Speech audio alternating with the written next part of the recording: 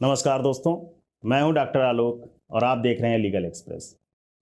दोस्तों, आज के इस वीडियो सेगमेंट में हम लोग बात करने वाले हैं तलाक के प्रोसेस के बारे में, यानी कि विवाह विच्छेद। हिंदू विधि में विवाद विच्छेद के क्या प्रोसेस होते हैं, क्योंकि बहुत सारे कमेंट्स आते हैं और लोग पूछते हैं कि तलाक में कितना समय लगेगा, हम विवाह विच्छेद करना चाहते हैं। बहुत लोग म्यूचुअल कंसेंट से करना चाहते हैं, बहुत लोग सिंगली उसको करते हैं, चाहे महिला हो चाहे पुरुष हो। और उनका ये प्रश्न होता है कि सर, इस विवाह विच्छेद में कैसे जो है क्या क्या प्रोसेस होती है, क्या क्या करना होता है, क्या गवाही करनी होती है और किस तरह से हमारा विवाह विच्छेद हो सकता है, किस ग्राउंड पे हम विवाह विच्छेद कर सकते हैं क्योंकि हम एक दूसरे के साथ नहीं रहना चाहते हैं। तो पूरी प्रोसेस, कोर्ट प्रोसेस के बारे में हम लोग छोटे से वीडियो में समझेंगे कि क्या होता है। उसके बाद मैं तलाक पर और भी वीडियो बनाऊँगा, विवाह विच्छेद पर वीडियो बनाऊँगा, जिसमें डिटेल में हम कानूनी रूप से क्या-क्या जो है ग्राउंड्स होते हैं, किन ग्राउंड्स पे लिया जा सकता है, कौन-सा सेक्शन होता है, उन सेक्शंस के बारे में भी डिस्कस करेंगे। तो आइए आज छोटे से वीडियो में समझ लेते हैं कि एक्चुअल में क्या प्रोसेस होता है और किस तरह से जो है तलाक की प्रक्रिया पूरी की जाती है। तो आइए शुरू करते हैं वीडियो को।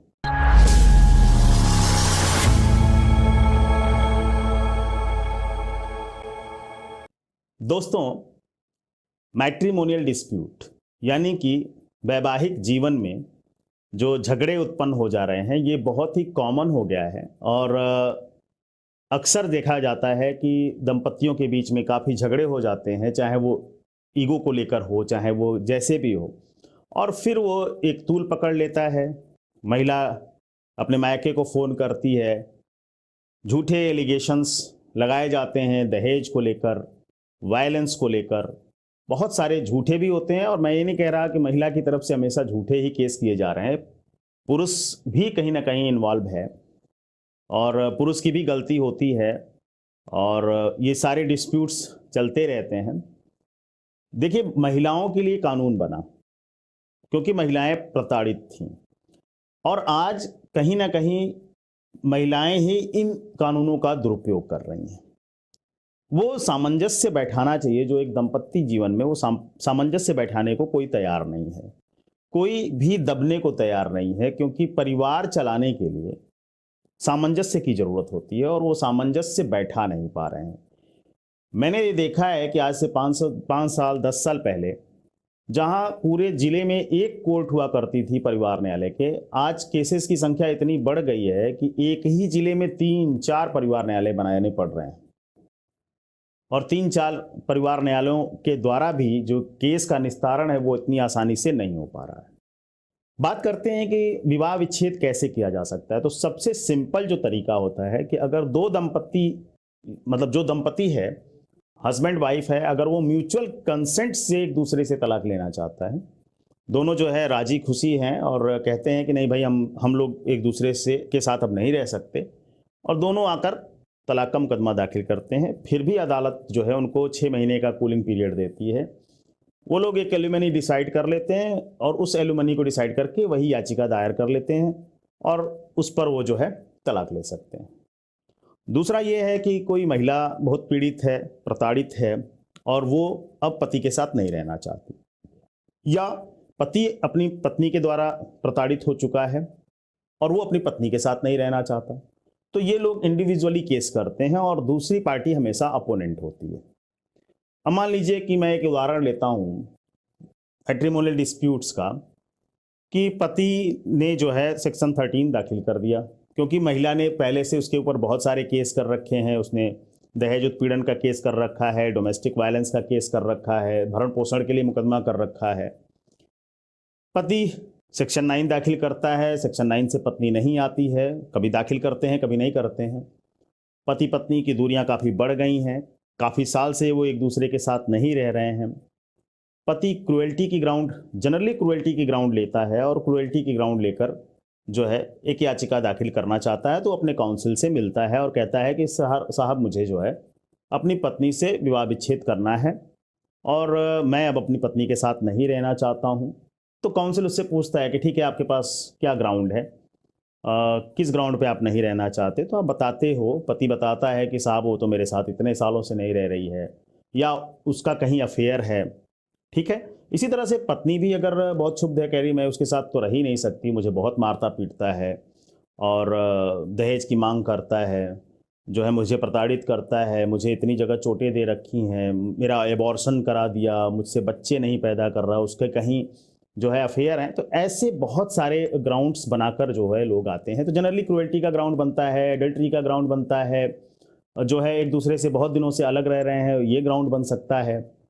तो बहुत सारे ग्राउंड है जिसके बारे में हम लोग नेक्स्ट वीडियो में डिस्कस करेंगे। तो ऐसे ग्राउंड लेकर जो है, मान लीजिए एक पर्सन, पति ही आ रहा है और पति ने याचिका दायर की। अब इसमें क्या होगा कि कोर्ट उसकी याचिका को एक्सेप्ट करके दूसरी पार्टी को यानी कि पत्नी को नोटिस भेजती है कि आप इस तारीख पर आ जाइए। अब पत्नी आती है तो पत्नी को क्या करना है भाई, उस याचिका के अगेंस्ट में उसको रिटन स्टेटमेंट दाखिल करना है कि साहब इसमें कितनी बातें सच हैं, कितनी बातें झूठ हैं, क्या एलिगेशन मेरे ऊपर लगाए गए हैं वो सही हैं, झूठ हैं, वो सारी बातें वो अपने WS के अंतर्गत कहती है। इशूज रेज होते हैं। अब न्यायालय का काम होता है, न्यायालय जनरली, परिवार न्यायालय किसी भी परिवार को तोड़ना बिखेरना नहीं चाहती। वो चाहती है कि परिवार बंध जाए, एक दूसरे को समझ जाए तो ज़्यादा अच्छा है। इसीलिए सरकार ने बहुत सारे समझौता केंद्र बना रखे हैं और सलाहकार जो है कोर्ट के अंदर बैठे होते हैं।